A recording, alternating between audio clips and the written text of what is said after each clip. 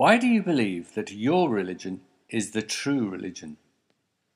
If you ask a believer this question, most will give you rational reasons why they believe. However, behind this hides an emotional and irrational attachment. Religion for the believer is part of his identity, his place in the world, his family, community, his meaning, direction, and security. Rational reasons have very little to do with why a person believes in a religion. One only has to look at the simple fact that most Muslims were born to Muslim families, most Christians to Christian families, most Hindus to Hindu families, and so on, to see that the main determining factor of what religion you believe is birth, and not a well thought out rational process. Had these people who so ardently tell you that their religion is the true religion been born to families of a different religion, they would of course be defending that religion instead. And it's not just people who are born into a faith that are emotionally attached to their religion. Converts can have just as strong emotional attachments. For example, as a result of marriage to a Muslim, falling in love with a particular culture or community, or feelings of alienation from their own religion. Those who leave a religion are also not immune to having emotional reasons why they left their faith. In fact, no one is immune. We are all swayed by deeper emotional and irrational motives, and we all have beliefs we protect from cold, hard, critical examination. I myself was born a Muslim and became very devout for many years. But when I started losing my faith, I gradually started seeing flaws and contradictions in Islam that I hadn't noticed before. It was like looking at a familiar picture and suddenly noticing new things in it.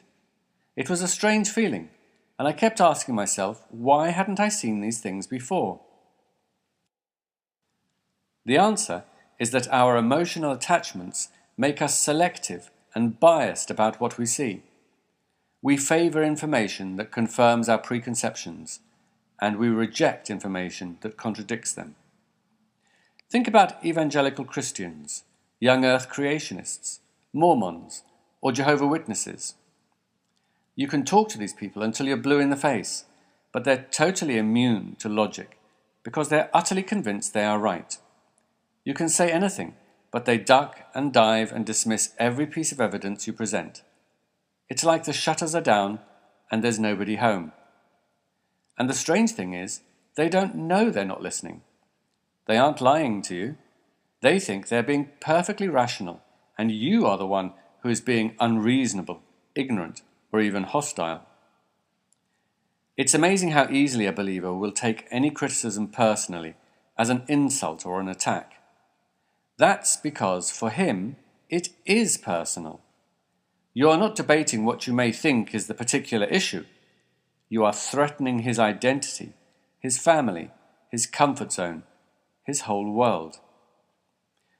This is why the debates I see here on YouTube and on forums are largely a waste of time and fall on deaf ears.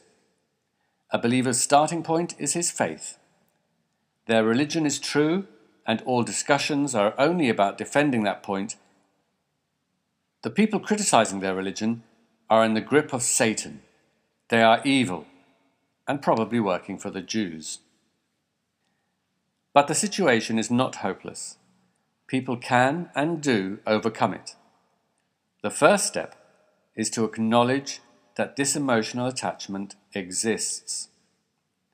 The next step is to have the courage to open up your beliefs to doubt, since doubt must be the starting point for any rational analysis, not faith.